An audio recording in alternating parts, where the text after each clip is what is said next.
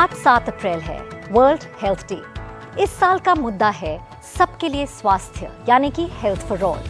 Covid महामारी के दौरान भारतीय स्वास्थ्य सेवाओं से जो लोग निपट रहे थे, उनमें से एक जाना माना चेहरा है डॉक्टर रणदीप गुलेरिया का।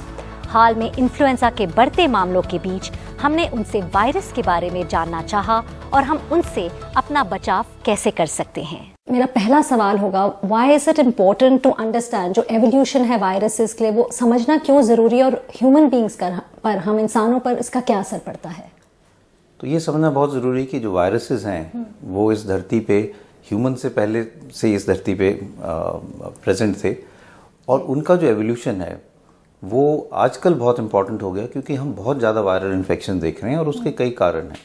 और इसलिए ये समझना कि वायरस कैसे इवॉल्व करते हैं, उनके कैसे म्यूटेशन होता है, कौन से वायरसेस जो हम कहते हैं वन हेल्थ, ह्यूमंस में ही नहीं एनिमल्स में भी और बर्ड्स में भी हैं, उनका क्या एवोल्यूशन है, क्योंकि यही वायरसेस जो हैं वो स्पीशीज जंप करके ह्यूमंस में, इंसानों में वायरस इन्फेक्शन कर रहे हैं। और दूसरा चीज़ ये है, क्योंकि वायरसेस जो अब आस्ता आस्ता इवॉल्व कर रहे हैं, वो हम ये देख रहे हैं कि उससे बहुत इस पिछले इस सेंचुरी में बहुत इन्फेक्शन उन वायरसेस के कारण ही हुए हैं।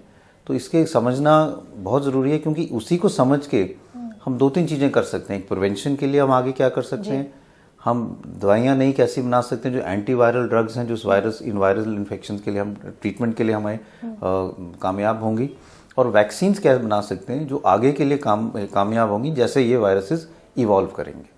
सर, जैसे एवोल्यूशन की बात की कि कैसे इवॉल्व करते हैं, अगर आप बात करें अभी जो हाल ही में वायरस चल रहा है H3N2, इसके बारे में बता सकते हैं किस तरह स्प्रेड हो रहा है और हमें किस तरह की प्रिकॉशंस लेनी चाहिए? सो H3N2 एक इन्फ्लुएंजा वायरस फैमिली का से आता है, और इन्फ्लुएंजा में 3 सब टाइप्स हैं, influenza A, influenza B, influenza C. Influenza A और बी जो है वो हमारे ज़्यादा कंसर्न में रहते हैं, क्योंकि वो ह्यूमंस में भी, बर्ड्स में भी और एनिमल्स में भी पाए जाते हैं।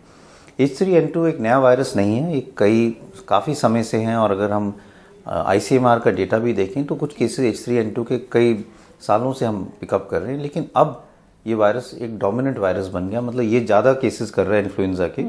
2009 में एक नया वायरस आया था इन्फ्लुएंजा का, जिसको हम H1N1 कहते थे। तो H1N1 जो था वो तब पैंडेमिक, जो स्वाइन फ्लू पैंडेमिक था उसके कारण हुआ था, और H1N1 इन्फ्लुएंजा वायरस कई साल मेन वायरस रहा जो इन्फेक्शन कर रहा था। अब वो चेंज होके H3N2 हो गया, जो जैसे म्यूटेट करते हैं वायरस, तो वो म्यूटेट हो गया। तो इस तरह से ये नया वायरस हमारे यहाँ है, लेकिन ये ऐसा वायरस नहीं है जो हमने कोविड-19 में पैंडेमिक वायरस को देखा था, क्योंकि पैंडेमिक वायरस में 2 चीज़ें बहुत ज़रूरी हैं। एक तो वो एक नया वायरस होना चाहिए जिसके ह्यूमंस को, मैनकाइंड को कोई प्रोटेक्शन नहीं है, इम्यूनिटी नहीं है। जब कोविड-19 आया तो कोई इम्यूनिटी नहीं थी, इसलिए एकदम केसेस बहुत ज़्यादा फैले। जब H1N1 स्वाइन फ्लू का वायरस आया तो भी कोई इम्यूनिटी नहीं थी, क्योंकि वो एक नॉवल वायरस था, तो इसलिए बहुत ज़्यादा केसेस फैले।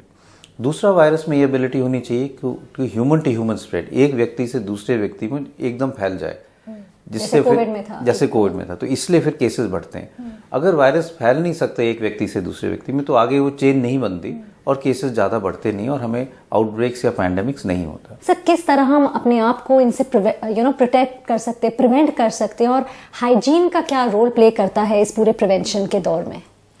तो आपकी बात सही है। पिछले जो हम 23 साल की बात करें तो हम बहुत आउटब्रेक्स देखे हैं, और century is a century of outbreaks अगर मैं ये कहूँ। इसलिए प्रिवेंशन बहुत ज़रूरी है, और उसमें 2-3 चीज़ें बहुत ज़रूरी हैं। एक तो हाइजीन जो है, हाथ अपने रेगुलरली धोने हैं, क्योंकि वायरसेस जो हैं कुछ हद तक जो हम सरफेसेस पे आ जाते हैं, हम खांसते हैं, या कोई जिसको वायरल इन्फेक्शन है, जुकाम नज़ला है, वो अपना नाक छूता है तो वायरस उसके हाथ पे आ जाता है। फिर वो कोई दरवाज़ा खोलता है या किसी टेबल पे अपना हाथ रखता है, तो उसके हाथ से वायरस उन सरफेसेस पे आ जाता है।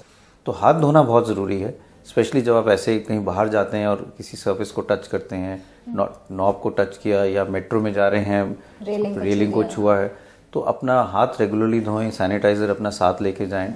बाहर से घर आए तो अपने हाथ तभी घर आके धोएं, जिससे आप अपना घर के अंदर अपने आप को साफ रख सकते हैं। जी सर, जैसे आपने बहुत अच्छी तरह प्रिवेंटिव मेजर्स बताए, अगर हम बात करें लक्ष्य संपूर्ण स्वास्थ्य का, हेल्थ फॉर ऑल, जो एक बेसिक राइट, और यही हमारा कैंपेन बनेगा, स्वास्थ्य इंडिया बात करता है, सर क्यों ज़रूरी है लक्ष्य संपूर्ण स्वास्थ्य का हमारे देश के लिए?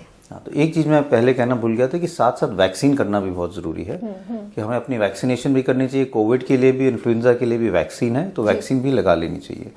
हेल्थ की बात करें तो हेल्थ जो है वो देश के लिए बहुत ज़रूरी है। अगर हम देखें कोविड-19 में भी हमने देखा कि अगर हेल्थ इफेक्ट हो जाए तो देश का सारा जो ढांचा है वो बिगड़ जाता है। चाहे हम एम्प्लॉयमेंट की बात करें, एंटरटेनमेंट की बात करें, स्पोर्ट्स की बात करें, सब चीज़ों पे असर पड़ता है। ठीक, और अगर हेल्दी नेशन हो तो इकोनॉमिक डेवलपमेंट भी बेटर होती है, स्वस्थ लोग रहते हैं, क्वालिटी ऑफ लाइफ बेटर रहती है।